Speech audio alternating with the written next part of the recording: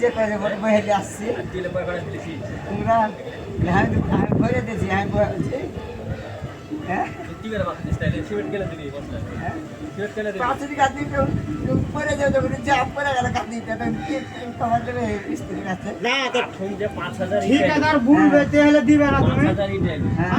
5,000 ইটে 50 লাগবে লাগবে সিমেন্ট কই তাইলে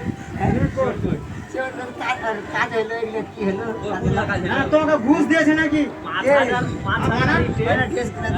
ঘুষ খাই না আর ঘুষ না খাও তো 5,000 ইটে তার 50 সিমেন্ট ঠিকাদার বললে দিবে না